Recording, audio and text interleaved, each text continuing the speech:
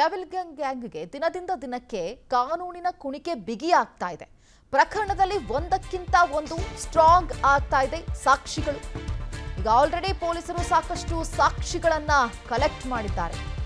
ಅದನ್ನ ಹೊಂದಾಣಿಕೆ ಆಗ್ತಿದೆಯಾ ಅನ್ನೋದನ್ನ ಕೂಡ ನೋಡ್ತಾರೆ. ಎಷ್ಟೇ ಪ್ರಭಾವಿ ವ್ಯಕ್ತಿಯಾಗಿದ್ರೂ ಕೂಡ ಏನೂ ಮಾಡದಂತಹ ಪರಿಸ್ಥಿತಿಯಲ್ಲಿ ಈಗ ದರ್ಶನ್ ಇದ್ದಾರೆ. ಜಾಮೀನು ಪಡೆಯೋದಕ್ಕೆ ಪವಿತ್ರ ಗೌಡ ಒಂದು ಕಡೆ ಅರ್ಜಿಯನ್ನ ಹಾಕೊಂಡಿದ್ದಾರೆ. ಆರೋಪಿಗಳಿಂದ ಅರ್ಜಿ ಹಾಕಿದ್ದಾರೆ ಪವಿತ್ರ ಗೌಡ ಮತ್ತು ಇತರೆ ಆರೋಪಿಗಳು. ಆದ್ರೆ ದರ್ಶನ್ ಮಾತ್ರ ಈವರೆಗೂ ಜಾಮೀನಿಗೆ ಅರ್ಜಿಯನ್ನ ಸಲ್ಲಿಸಿಲ್ಲ. ಯಾಕೆ ಸಲ್ಲಿಸಿಲ್ಲ? ಯಾಕಂದ್ರೆ ಚಾರ್ಜ್ ಶೀಟ್ ನಲ್ಲಿ ಏನ್ ಇರುತ್ತೆ ಅನ್ನೋದನ್ನ ಕಾದು ನೋಡುವಂತಹ ತಂತ್ರದ ಮೊರೆ ಹೋಗಿದ್ದಾರೆ. ಚಾರ್ಜ್ ಶೀಟ್ ಸಲ್ಲಿಸುವುದನ್ನೇ ಈಗ ನಟ ದರ್ಶನ್ ವೇಟ್ ಮಾಡ್ತಾ ಇದ್ದಾರೆ.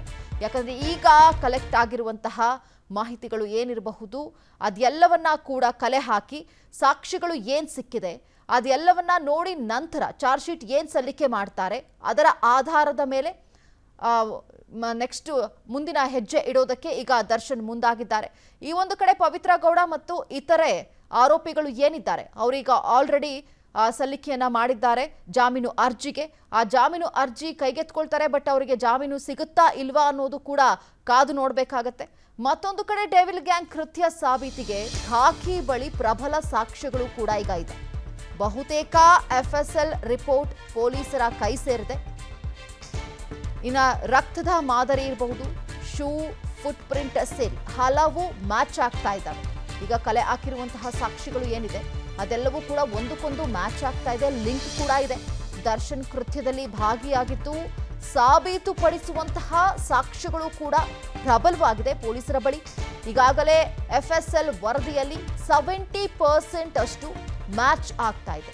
ಕೆಲವು ಆಡಿಯೋ ಇರಬಹುದು, ವಿಡಿಯೋ ಸ್ಯಾಂಪಲ್ಸ್ ಏನಿದೆ, ಟೆಕ್ನಿಕಲ್ ವರದಿಗಳು ಏನಿದೆ, ಟೆಕ್ನಿಕಲ್ ಸಾಕ್ಷ್ಯಗಳು ಏನಿದೆ ಅದೆಲ್ಲವೂ ಕೂಡ ಒಂದಕ್ಕೊಂದು ಲಿಂಕ್ ಇದೆ. ಅದೆಲ್ಲವೂ ಕೂಡ ಒಂದಕ್ಕೊಂದು ಲಿಂಕ್ ಇರೋದ್ರಿಂದಾಗಿ ಸಾಕ್ಷ್ಯಗಳು ಪ್ರಬಲವಾಗಿ ಸಿಕ್ಕಿದೆ. ಹಾಗಾಗಿ ಇನ್ನೆರಡು ದಿನದಲ್ಲಿ ಹೈದರಾಬಾದ್ನಿಂದ FSL ವರದಿ ಬರುವಂತಹ ಸಾಧ್ಯತೆಗಳು ಕೂಡ ದಟ್ಟವಾಗಿ ಇದೆ. ಒಂದು ಕಡೆ ಡೆವಿಲ್ ಗ್ಯಾಂಗ್ ಕೃತ್ಯ ಸಾಬೀತುಪಡಿಸುವುದಕ್ಕೆ ಖಾಕಿ ಪಡೆ ಸಾಕಷ್ಟು ಅಲರ್ಟ್ ಆಗಿದೆ. ಬಹುತೇಕವಾಗಿ ಈಗ ಆಲ್ರೆಡಿ FSL ರಿಪೋರ್ಟ್ ಕೈ ಸೇರಿರುವಂಥದ್ದು. ಇದರ ಸಂಬಂಧಪಟ್ಟಂತೆ ಮೀಟಿಂಗ್ ಅನ್ನ ಕೂಡ ಮಾಡಿದ್ರು. ಅದಕ್ಕೆ ತಾಳೆ ಹಾಕುವಂತಹ, ಯಾಕಂದ್ರೆ FSL ವರದಿ ಜೊತೆಗೆ ಪೊಲೀಸರ ವರದಿ ಏನಿತ್ತು, ಪೊಲೀಸರು ಏನು ತನಿಖೆಯನ್ನ ಮಾಡಿದ್ರು ಅದೆರಡಕ್ಕೂ ಒಂದಕ್ಕೊಂದು ಲಿಂಕ್ ಇದೆಯಾ, ಮ್ಯಾಚ್ ಆಗ್ತಾ ಇದೆಯಾ ಅನ್ನುವುದರ ಕುರಿತಾಗೂ ಕೂಡ ಈಗ ಆಲ್ರೆಡಿ ನೋಡಿದ್ದಾರೆ. ಸುಮಾರು 70% ಅಷ್ಟು ಆಲ್ಮೋಸ್ಟ್ ಮ್ಯಾಚ್ ಆಗ್ತಿದೆ ಅಂತ ಹೇಳ್ತಾ ಇದ್ದಾರೆ. ಹಾಗಾಗಿ ಮತ್ತಷ್ಟು ಟೈಟ್ ಆಗುವಂತಹ ಒಂದಷ್ಟು ಪ್ರಕರಣಗಳು ಈಗ ಸಿಗ್ತಾ ಇದೆ.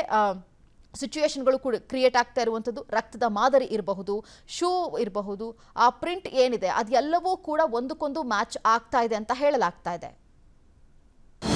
ಅನುಕ್ಷಣದ ಸುದ್ದಿಗಳಿಗಾಗಿ ವಿಸ್ತಾರ ನ್ಯೂಸ್ ಯೂಟ್ಯೂಬ್ ಚಾನೆಲ್ ಸಬ್ಸ್ಕ್ರೈಬ್ ಮಾಡಿ.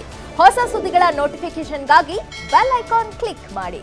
ಲೇಟೆಸ್ಟ್ ಅಪ್ಡೇಟ್ಸ್ಗಾಗಿ www.vistaranews.com ವೆಬ್ಸೈಟ್ಗೆ ವಿಸಿಟ್ ಮಾಡಿ. ಅಂಗೈಯಲ್ಲೇ ಜಗತ್ತಿನ ಸುದ್ದಿ ತಿಳಿಯಲು ವಿಸ್ತಾರ ನ್ಯೂಸ್ ಕನ್ನಡ ಆಪ್ ಡೌನ್ಲೋಡ್ ಮಾಡಿ.